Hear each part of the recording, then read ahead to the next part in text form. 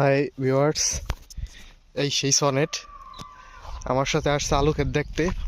এই যে আমাদের আলু ক্ষেত, সকালে আসছি, অনেক সকালে।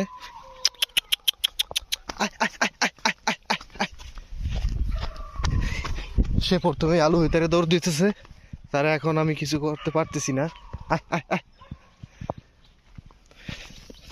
তারা আমি এখন ধরবো।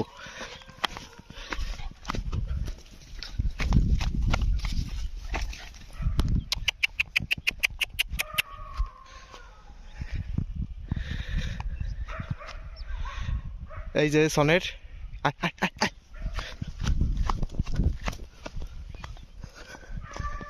সবসময় আমার সাথেই থাকে। আয়,